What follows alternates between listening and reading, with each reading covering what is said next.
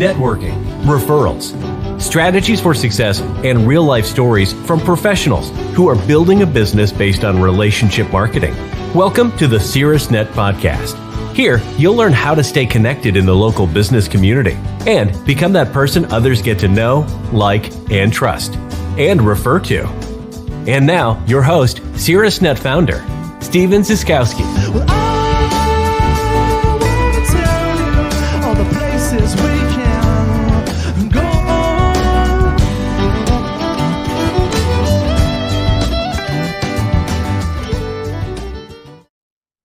Welcome to the Caerusnet Podcast. Today I've got with me a Caerusnet favorite of mine, and that's MaryBeth Potrykus. She's affectionately known in the Brighton community as MamaBear, and we'll talk about that as well during our podcast today as well too. But she's on my Brighton Tuesday 8 o'clock team and has been for a number of years now, representing a nonprofit called PATH, Passing Along the Heritage. So MaryBeth, welcome to the podcast. It's great to have you today. Thank you, Steve. It's great to be here. I always ask my guests, the first ice-breaking question I have for you is designed to acknowledge somebody who did some good. And maybe it's somebody's, because sometimes people hear about Caerusnet from a few different people before they pursue additional research. So how did you first learn about Caerusnet? How did that go down? Let's hear how that went down. Well, this is probably an answer with about 50% of your members. It was through Jim Campbell. Jim is a big fan of Caerusnet, and I was hesitant. I had been in other networking groups, and they just didn't, they were okay, but I didn't like the fact that I had to step up and be the facilitator, in a volunteer position. So I had to pay to be in the group, plus then I had to take a turn to be a facilitator. And I didn't like that. So that's one of the things I especially like about Caerusnet. Yeah, well, I appreciate that because I do all of that administrative stuff for you, and you and I are partners together on this team, supporting each other. You refer new members and keep Caerusnet present with you when you're out there meeting other businesses that you feel could benefit. And I'm making introductions and connections for you with people that I think could benefit your nonprofit, and that you could forge relationships with. So I love the synergy that we've naturally been able to build over time together. Yeah, So thank thanks for you. that. Yeah, you're welcome. So let's talk about a couple different things. When you first started with me in Caerusnet, you were representing your primary business, which you've done for quite a long time now, called Shackley. Great company. So you've been doing that. But on this Brighton Tuesday 8 o'clock team, you're not there talking about Shackley at all, because one of the things I identified about you is that you're not all about business. MaryBeth isn't all about business. You love helping people with Shackley, but you have always been volunteering at so many different things over the years that I've paid attention to, and yet something was missing in each of those things that they didn't keep you for the long term. And all of a sudden now Passing Along the Heritage enters the scene, which is like the perfect alignment for you and your interests.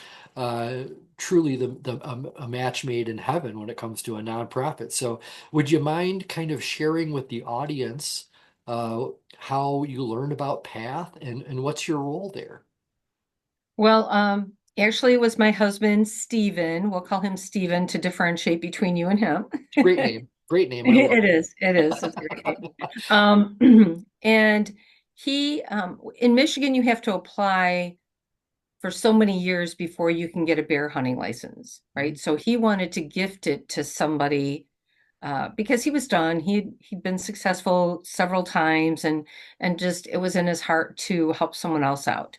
So he found Passing Along the Heritage in 2020. And they said absolutely, he could transfer his license to another person. It ended up being a 14-year-old girl who is one of the youngest females in our country to have had ovarian cancer. But to this day, she's doing really well. She's smart. She's just just such a good person. I'm so glad that God had a plan for her to like, you're going to live to your 90. Okay. At least hopefully.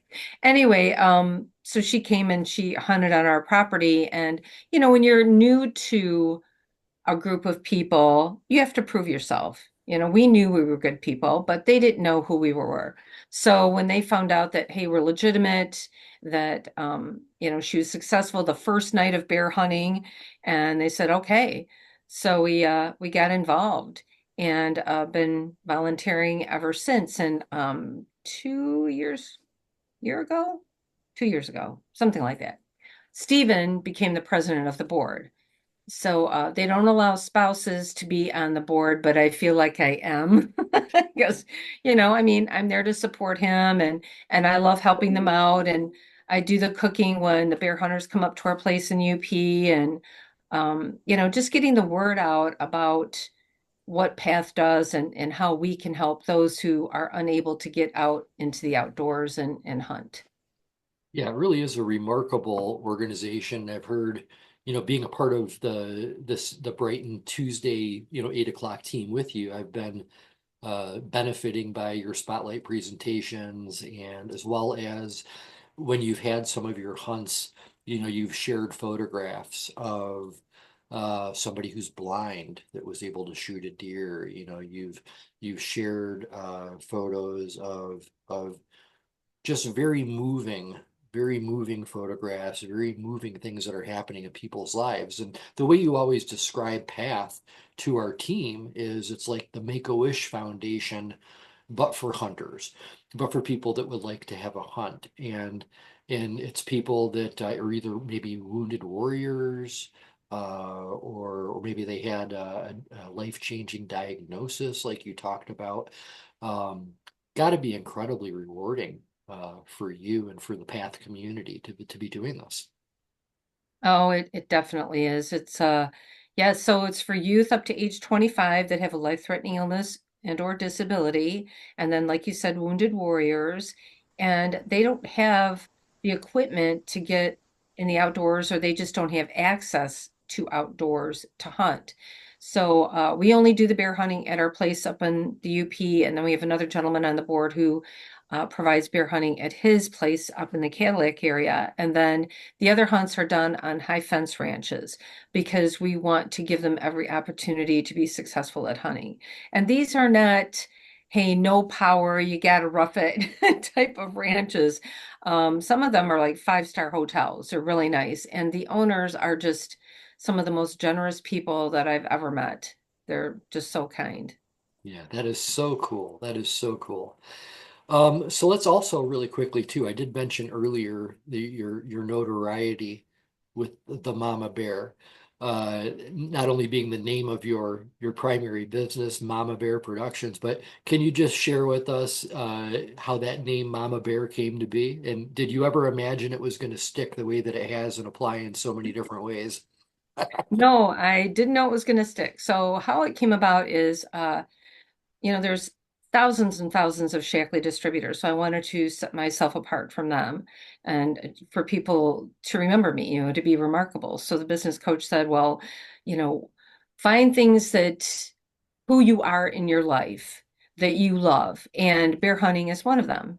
So my girlfriend and I brainstormed and she goes, well, how about Mama Bear Productions? I'm like, yeah, that's good. And then my daughter was only 7 at the time and she said, Mom, it's the same initials as your name. So Mama Bear Productions, MaryBeth Potrykus. I'm like, oh my gosh, it is.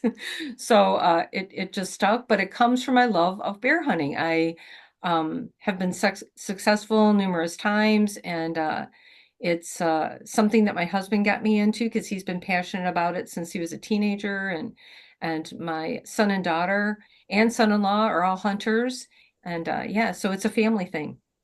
Yeah, Michigan, obviously, maybe even more so than a lot of other states, really that heritage of hunters there is really, really pronounced. Hey, let's talk about our Brighton Tuesday 8 o'clock team. What kind of what stands out to you? Do you have a success story or something that you've really enjoyed about your experience that you wouldn't mind sharing with our audience? Oh, there's so many. I mean, it's such a great group, and they've been very supportive. and just some really unique ideas to help support passing along the heritage. I think I'm going to go with Dr. Aaron. He referred a gentleman to us that is legally blind, and he is a veteran, and uh, he, couldn't get out and hunt because he didn't have the equipment for him to hunt safely and successfully, being legally blind.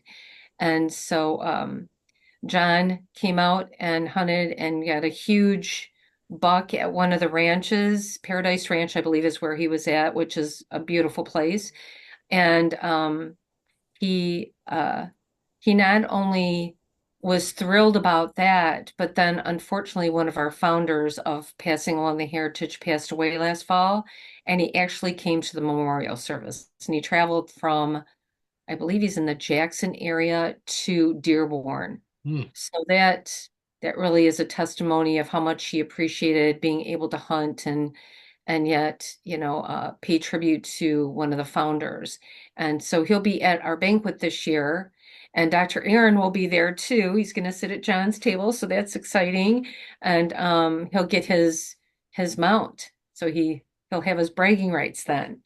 That is so cool. I tell you what, props out to you, Dr. A. Obviously, he's in the top 10% of all Cirrus netters, just in terms of how much he gives and gives and gives and gives. It's like his DNA. He just is a rainmaker for his customers, a rainmaker for his referral team. What a golden relationship with Dr. Aaron. Yeah. Let's also ask you a question that I always ask as my kind of wrap up podcast question. I always talk.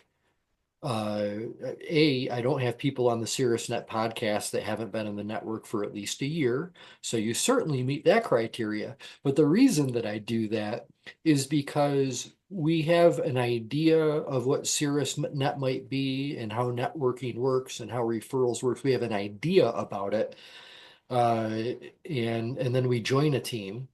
And sometimes our ideas or what we're thinking doesn't always, align with the reality of things.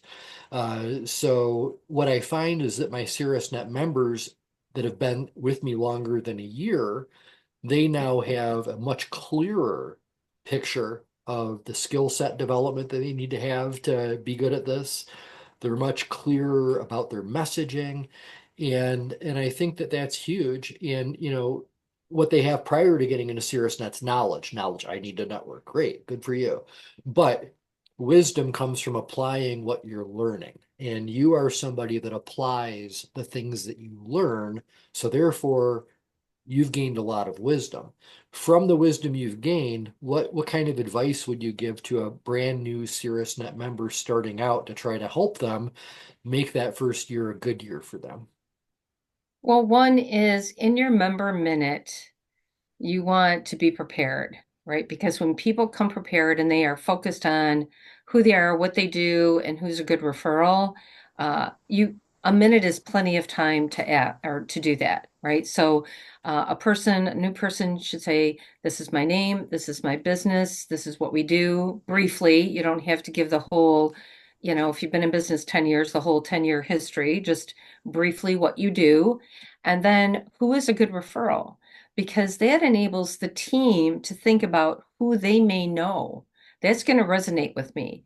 If somebody comes in and they're a hairstylist, let's for say, anybody with hair. Well, no. Like, who do you really like to do the hair? Like, are you a female barber and you just strictly, like to focus on men to do their hair? Or are you one who says, you know what? I want those high maintenance ladies because I want to make their hair look really nice. That would be me. But anyway, but it's in helping us to help the other member, right? And when you stick within that minute and you're respectful of the members of the team, people are going to respect you and they'll appreciate sticking within those timelines, and they'll also appreciate, hey, you know what? I'm gonna think about who they're looking for because I want to help them. Yeah, that is great advice. And adding to that just a little bit, uh, So your member minute, it is so important. It's so important, right? We have the community meeting, everybody's coming together for you to tell us what's happening in your world and who are the people that they might know that you could help, right? And yet what it really is a sales manager minute. You need to be looking at your marketing team as these people want to help me. They would love to help me, right? They really do. They want to help you, but they can only help you so much as you help them help you. So you've got to really give really good member minutes, sharing a success story of somebody that you've helped recently, reminding us of the top 2 or 3 services or products you have that people really appreciate in the world today.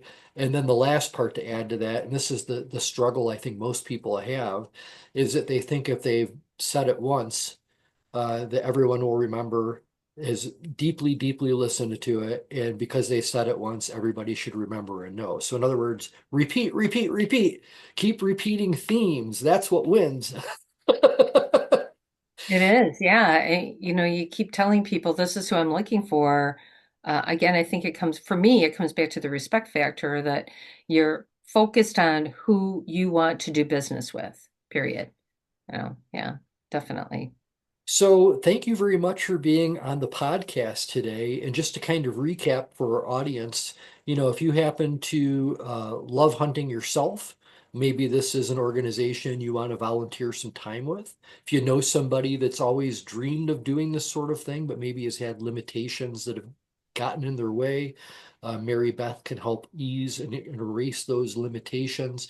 And it really is a wonderful organization. You mentioned this banquet that Dr. Aaron was going to be going to. Do you want to just give us the overview of that? Yeah, thank you. It's always the first Friday in May, and we're having it at the Genesis Conference Center up in Grand Blanc. So we have a really nice dinner. There's a live auction, a silent auction. We have another raffle up there, and there's a bucket raffle, and the prizes are incredible. I mean, it's not just for hunters, right? We have some really fantastic prizes, and it's all doing good for these people that will just melt your heart, literally. Yeah. And if somebody that was listening to this wanted to attend that or be a part of that, is there a registration page or something they just connect with you? How does somebody get to the banquet? Well, I don't think we have any seats left, which is Yeah. but they can go on Facebook. It's Passing Along the Heritage. Okay. That's kept up more current than actually passingalongtheheritage.com, which Got is it. the website. But that is where hunters can apply. And Great. then the hunters that apply, the applications are reviewed by the board. So they want to do that. If it's someone that's listening to this or they know someone, they want to do that ASAP because the final date to accept applications is March 31st. So yeah, you want to get those in. Okay, great. Fantastic. We'll be sure that we include the link to the Passing Along the Heritage website and the Facebook page in the podcast notes to make it easy for folks. But MaryBeth Potrykus, thanks for everything that you do for CRTS. Thanks for the volunteering that you do. I think everything that you do is heart-centered, and I really appreciate having you in our network. Oh, thank you, Steve. I love being in the group. All the places we can